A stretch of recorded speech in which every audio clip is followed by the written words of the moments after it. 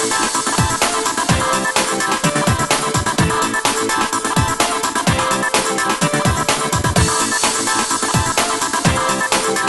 આપણે અંગ્રેજીમાં એક વાર્તા સાંભળીશું. વાર્તાનું નામ છે ટુ વાઇઝ ગોટ્સ. ટુ એટલે બે, વાઇઝ એટલે ડાહ્યા અને ગોટ્સ એટલે બકરા. બે ડાહ્યા બકરા વિશે આપણે વાત કરીશું. તો તમે અહીં આગળ કેટલાક શબ્દોની હું તમને માહિતી આપું છું. થોડાક શબ્દો વિશે થોડાક જાણી લો. હું વાર્તા કહીશ ત્યારે અવારનવાર કેટલાક શબ્દો આવશે. એક શબ્દ એવો આવશે કે રિવર. તો રિવર એટલે શું? તો રિવર એટલે નદી. રિવર એટલે નદી. નદીને અંગ્રેજીમાં રિવર કહીએ છીએ આપણે. બીજો એક શબ્દ આવશે સ્મોલ. સ્મોલ એટલે નાનકડું, નાનું. સ્મોલ એટલે નાનું. પછી બીજો એક શબ્દ આવશે વિલેજ. વિલેજ એટલે ગામ. વિલેજનો મતલબ ગામને આપણે અંગ્રેજીમાં વિલેજ કહીએ છીએ. ત્યાર પછી એક બીજો શબ્દ આવશે નેરો. નેરો એટલે અંગ્રેજીમાં જેને નેરો કહીએ ને એ નેરો એટલે સાંકડો. સાંકડો સાંકડો રસ્તો હોય, સાંકડો સાંકડો અહીં આગળ પુલની વાત થશે. બ્રિજ. બીજો એક શબ્દ છે બ્રિજ. બ્રિજ એટલે પુલ, આડું પાટિયું. અહીં આગળ એક પાટિયાના સ્વરૂપમાં પુલ છે.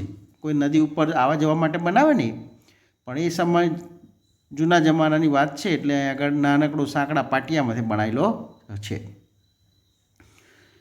બીજો છે ઓવરઈટ. ઓવરઈટ એટલે ઓવર એટલે ની ઉપર, કોઈની ઉપર.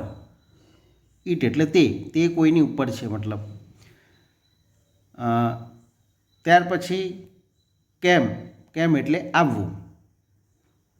ટુ એટલે બે અને ગોડ્સ એટલે બકરા. ત્યાર પછી એક નવો શબ્દ કહીએ સ્પેસ. સ્પેસ એટલે જગ્યા. સ્પેસ એટલે જગ્યા. અને નો સ્પેસ. નો સ્પેસ એટલે જગ્યા નથી. જગ્યા નથી. ક્રોસ. ક્રોસ એટલે પાર કરવું. આ છેડેથી પેલા છેડે જવું અથવા તો ક્રોસ કરવું એટલે ઓળંગવું, પાર કરવું. આઈડિયા. આઈડિયા એટલે યુક્તિ, વિચાર. Set down. સેટ ડાઉન એટલે બેસી જવું. અહીં આગળ સેટ ડાઉન એવો પણ શબ્દ આવશે. આપણે જેમ સીટ ડાઉન કહીએ ને એમ સેટ ડાઉન, બેસી જવું. વોક એટલે ચાલવું. વોક એટલે ચાલવું. ઓવર એટલે તેના ઉપરથી ચાલવું. ઇઝીલી. ઇઝીલી એટલે આસાનીથી, આરામથી,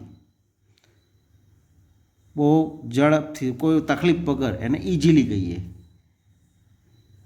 બસ આ રીતે વાર્તાના કેટલાક શબ્દો છે. એ વાર્તાના આ શબ્દો મેં તમને કહ્યા અને એ જ શબ્દોને તમે આગળ આ રીતે સમજી અને આખી વાર્તા સમજજો. બરાબર છે. હવે આપણે વાર્તાની શરૂઆત કરીએ છીએ. તો વાર્તાના શબ્દોમાં પહેલું કહેવાય છે કે વાર્તા there was a river in a small village. જુઓ, there was a river in a small village. There was a narrow bridge over it. There was narrow bridge over it. There come two goats.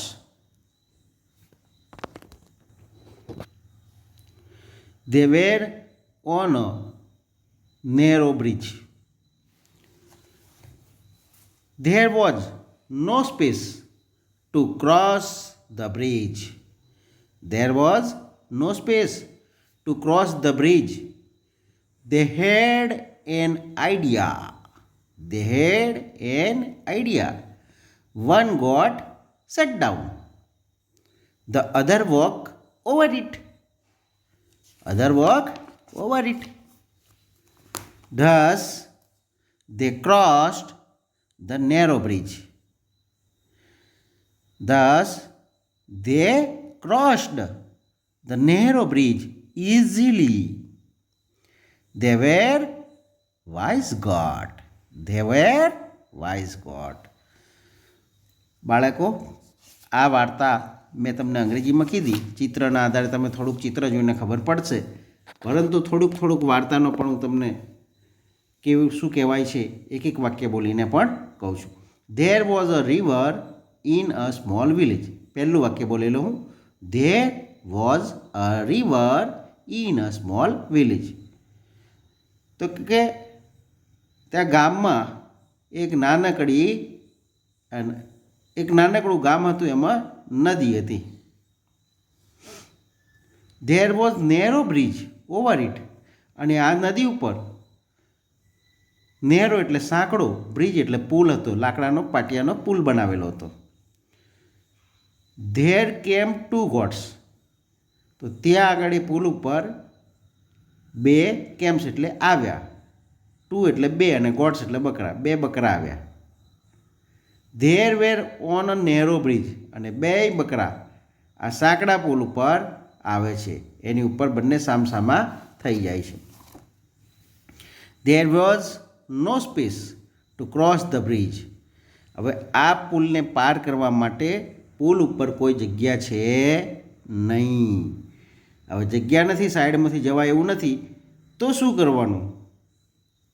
They had an idea.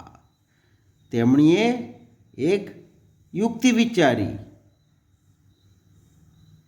One goat sat down. One goat sat down એટલે કે એક બકરી હતી એ બેસી ગઈ. The other walk over it. અને બીજી બકરી, અધર એટલે બીજી, અન્ય બકરી હતી એની ઉપરથી નીકળી ગઈ. This they crossed the narrow bridge easily. તો આ રીતે તેઓએ આ પુલને એક ઉપરથી એક નીકળી અને આરામથી પાર કરી દીધો, સાંકડા પુલને. They were wise goat. તેઓ બહુ જ ડાહી બકરીઓ છે. There was wise goats. બંને બકરીઓ ડાહી છે. ચાલો, હવે તમને વાર્તા છે અને આ વાર્તાના કેટલાક પ્રશ્ન તમને આપેલા છે ચોપડીમાં. તે પ્રશ્નના જવાબ પણ તમારે જોવાના છે. તો પહેલો પ્રશ્ન છે, name the animals in the story. Name the animals in the story. તો વાર્તામાં પ્રાણીઓના નામ જણાવવાના છે. કેટલા પ્રાણીઓ છે? કોણ છે?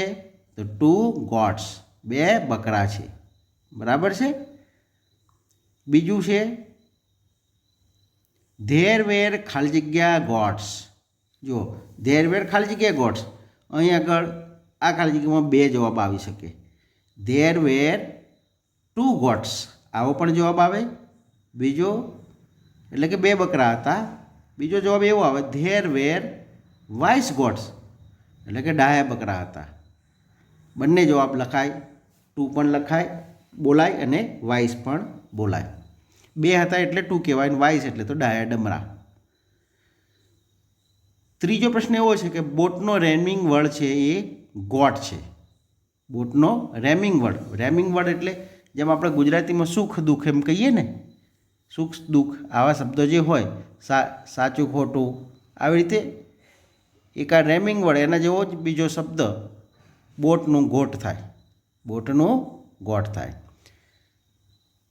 આવજો બાલમિત્રો. આપણે હવે ફરીથી નવા અંગ્રેજીના પિરિયડની અંદર, નવા તાસની અંદર, નવા વિડીયોની અંદર આપણે આગળ એક એક્ટિવિટી છે એ એક્ટિવિટીને જોઈશું. ચિત્ર જોવાના છે ફ્લેશ કાર્ડ ઉપર, અને ત્યાર પછી એને ઓળખવાના અને બોલવાના છે. ચલો આવજો.